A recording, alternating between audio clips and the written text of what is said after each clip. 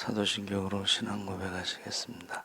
전능하사 천지를 만드신 하나님 아버지를 내가 믿사오며 그 외아들 우리 주 예수 그리스도를 믿사오니 이는 성령으로 잉태하사 동정녀 마리아에게 나시고 본디오 빌라도에게 고난을 받으사 십자가에 못 박혀 죽으시고 장사한 지 사흘 만에 죽은 자 가운데 다시 살아나시며 하늘에 오르사 전능하신 하나님 우편에 앉아 계시다가 저희로서 산 자와 죽은 자를 심판하러 오시리라. 성령을 믿사오며 거룩한 공예와 성도가 서로 교통하는 것과 죄를 사하여 주시는 것과 몸이 다시 사는 것과 영원히 사는 것을 믿사옵나이다. 아멘. 찬송가 406장 찬송하시겠습니다.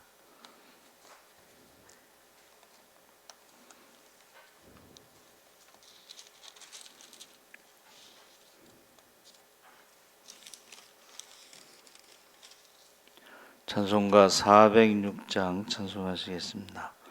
고난 내 영혼 편히 쉴 곳과 풍랑이로도 안전한 포구 폭풍까지도 다스리시는 주의 영원한 팔 의지해 주의 영원하신 팔 함께 하사 항상 나를 붙드시니 어느 곳에 가든지 요동하지 않음은 주의 팔을 의지함이라. 세상 친구들 나를 버려도 예수 늘 함께 동행함으로 주의 은혜가 충만하리니 주의 영원한 팔 의지해 주의 영원하신 팔 함께 하사 항상 나를 붙드시니 어느 곳에 가든지 요동하지 않음은 주의 팔을 의지함이라. 나의 믿음이 연약해져도 미리 예비한 힘을 주시며 위태할 때도 안보하시는 주의 영원한 팔 의지해 주의 영원하신 팔 함께 하사 항상 나를 붙드시니 어느 곳에 가든지 요동하지 않음은 주의 팔을 의지함이라. 능치 못한 것 주께 없으니 나의 일생을 주께 맡기면 나의 모든 짐 대신 지시는 주의 영원한 팔 의지해 주의 영원하신 팔 함께 하사 항상 나를 붙드시니 어느 곳에 가든지 요동하지 않음은 주의 팔을 의지함이라. 아멘. 하나님 말씀은 이사야 9장 1절에서 7절까지 말씀을 보겠습니다. 구약성경 977쪽에 있습니다. 이사야 9장 1절에서 7절까지 우리 다 같이 읽겠습니다. 전에 고통받던 자들에게는 흑암이 없으리로다. 옛적에는 여호와께서 스불론 땅과 납달리 땅이 멸시를 당하게 하셨더니 후에는 해변길과 요단 저쪽 이방의 갈릴리를 영화롭게 하셨느니라. 흑암에 행하던 백성이 큰 빛을 보고 사망의 그늘진 땅에 거주하던 자에게 빛이 비치도다. 주께서 이 나라를 창성하게 하시며 그 즐거움을 더하게 하셨으므로 추수하는 즐거움과 탈취물을 나눌 때의 즐거움같이 그들이 주 앞에서 즐거워하오니 이는 그들이 무겁게 맨 멍에와 그들의 어깨의 채찍과 그 압제자의 막대기를 주께서 꺾으시되 미디안의 날과 같이 하셨음이니이다. 어지러이 싸우는 군인들의 신과 피 묻은 겉옷이 불의 섭같이 살라지리니 이는 한 아기가 우리에게 낳고 한 아들을 우리에게 주신 바 되었는데 그의 어깨에는 정사를 메었고 그의 이름은 기묘자라 모사라 전능하신 하나님이라 영존하시는 아버지라 평강의 왕이라 할 것임이라. 그 정사와 평강의 더함이 무궁하며 또 다윗의 왕자와 그의 나라에 군림하여 그 나라를 굳게 세우고 지금 이후로 영원히 정의와 공의로 그것을 보존하실 것이라. 만군의 여호와의 열심히 이를 이루시리라. 아멘. 할렐루야.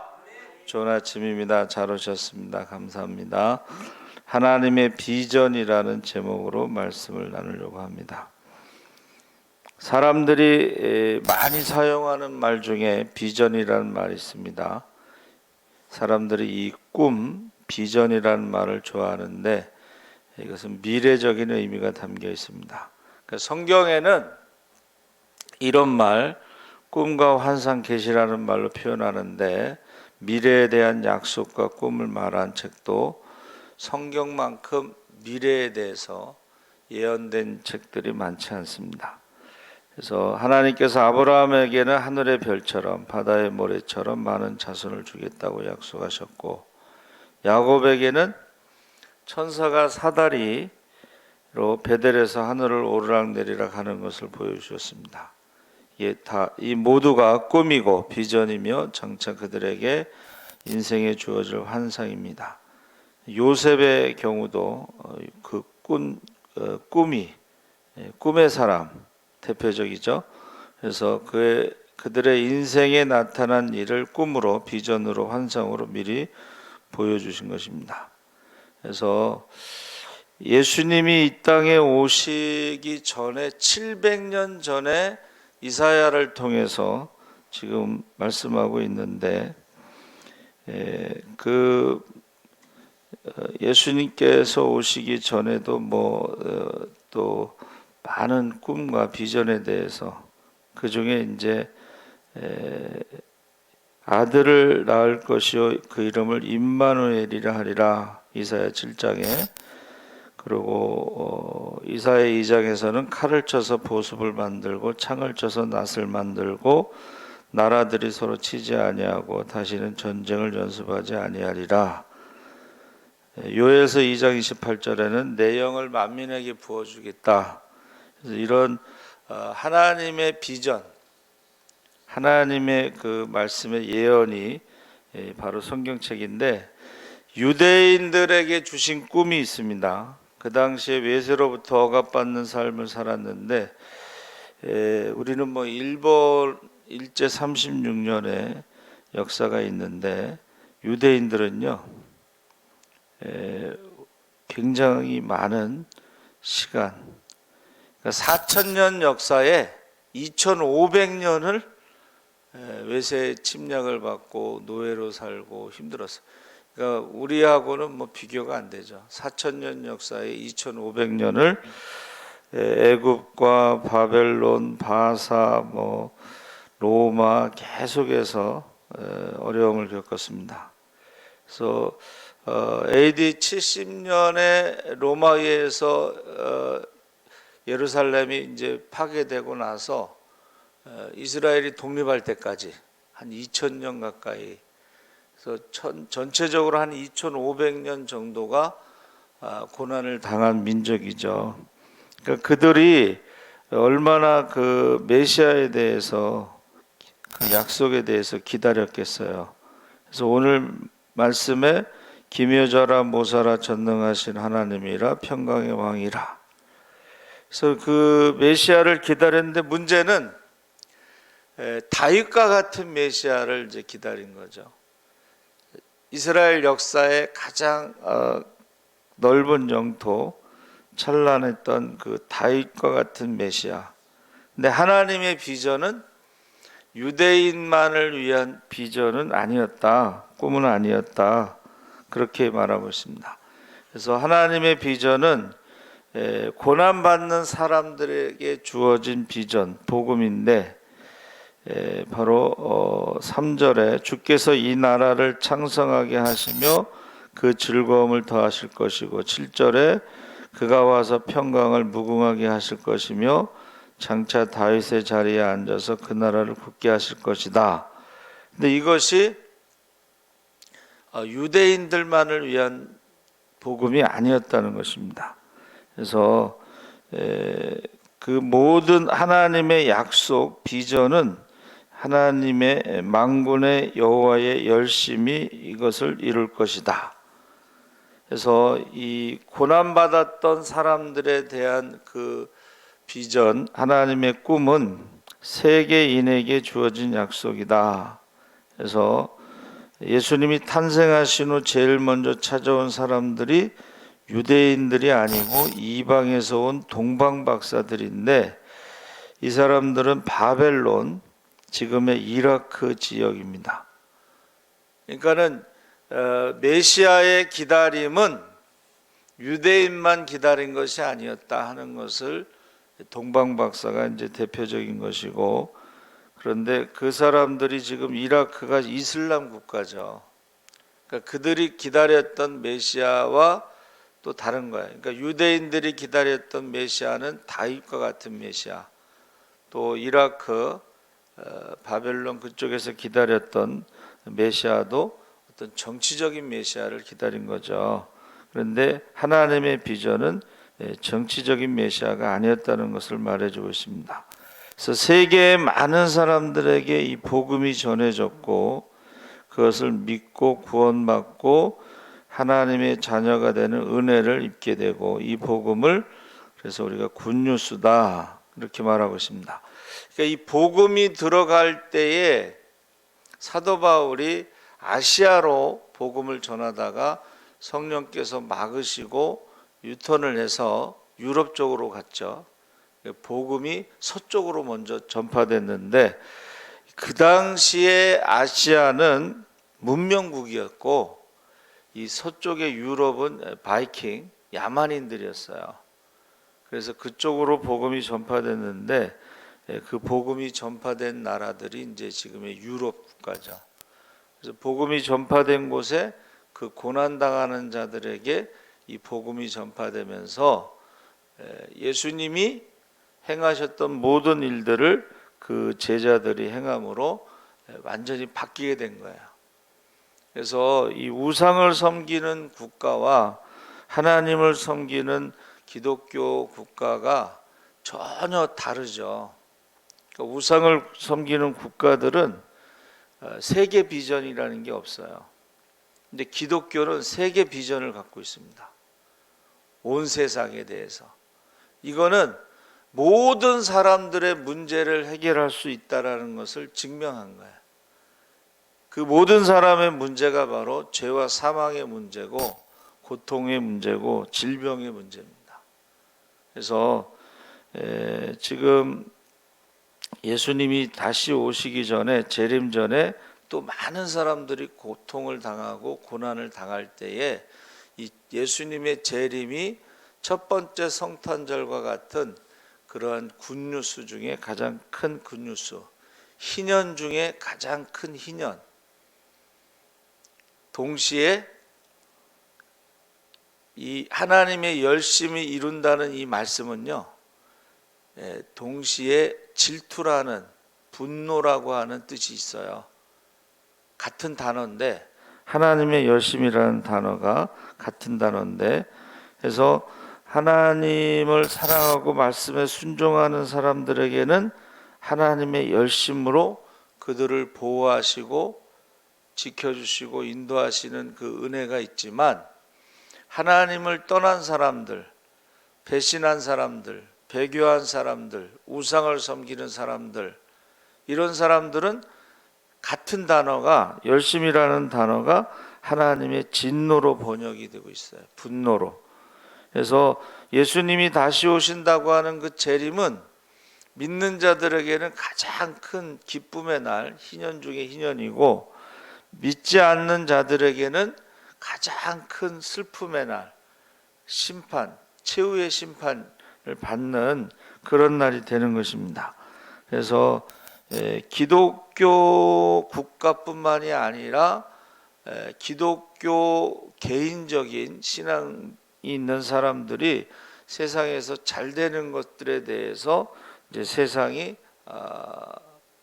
질투하고 아무 이유 없이 미워하고 하는 핍박, 박해가 있고 안티가 생기고 뭐 그런 것을 우리가 볼 수가 있습니다. 그래서 누가 그랬어요. 명품에는 짝퉁도 많다고. 그러니까는 기독교에 대해서 공격하는 사람들이요, 기독교 진리 복음에 대해서 공격하는 게 아니고, 잘 보면 짝퉁, 제대로 믿음 생활하지 않는 기독교인들에 대해서 공격하는 거라고 저는 생각합니다. 그래서 기독교가 세운 교도소가 있어요. 원래 그 교도소는, 교도라는 말은 이제 가르친다는 뜻인데, 출소자들의 재범률이 50% 정도 된다고 그래요. 근데 원래 그 교정의 목표는 22%로 재범률을 낮추는데 그게 이제 쉽지는 않죠. 근데 기독교 교도소의 목표는 재범률을 5%로 떨어뜨리는 거예요. 그러니까 신앙을 심어줘서 그들이 재범하지 않도록.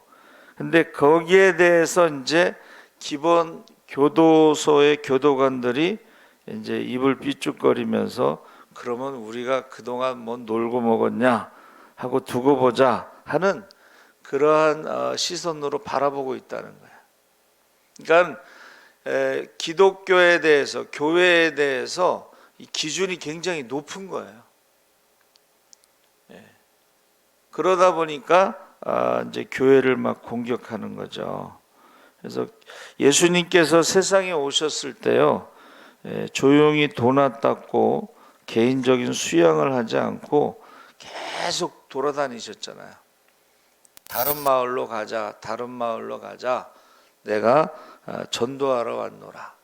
그러니까 기독교라고 하는 것은 개인의 수양을 위한 종교가 아니고 복음을 전하는 거예요. 복음을. 그래서 예수님이 이 땅에 오셔서 행하신 일들을 전하는 거예요. 예수님이 이 땅에 오셔서 행하신 게 복음이에요. 그래서 복음은 모든 믿는 자를 구원하시는 하나님의 능력이 되는 줄 믿습니다. 그러니까 우리가 개인적인 신앙을 하는 것처럼 조용히 그런 종교가 아닙니다. 기독교는요, 하나님께서 예언하신 대로 하나님의 아들이 오셨고, 그 아들이 마귀의 일을 멸하러 오셨다. 그러면서 영적인 전쟁, 아주 치열한 거예요, 사실은. 여러분, 한 영혼을 마귀가 데려가기 위해서 얼마나 우는 사자와 같이 두루 돌아다니며 할 수만 있으면 믿는 자를 삼키려고 하겠어요. 그래서 지금 이단들이요, 그게 그들이 진리라서가 아니라 그들이 굉장히 열심히 하기 때문에 이단들의 숫자가 늘어나는 거예요. 진리가 아니더라도 굉장히 열심히 하기 때문에. 여러분, 예수님께서 뭐라고 말씀하셨냐면 서기관과 바리새인들보다 더 너희가 사랑해야 된다, 더 열심히 해야 된다, 이렇게 말씀하셨거든요. 그래서 우리가 세상에서 환난을 당하나 담대하라, 내가 세상을 이겼노라, 내가 세상 끝날까지 함께 하시겠다 하시면서 하나님의 열심, 그것을 하나님의 아들이 이 땅에 오시고 공생애 동안 행하시고 그것을 우리 믿는 사람들도 어떻게 해야 돼요? 따라가야 되는 거죠. 따라가야 돼요. 그러니까 우리가 기도를 더 많이 열심히 해야 돼요.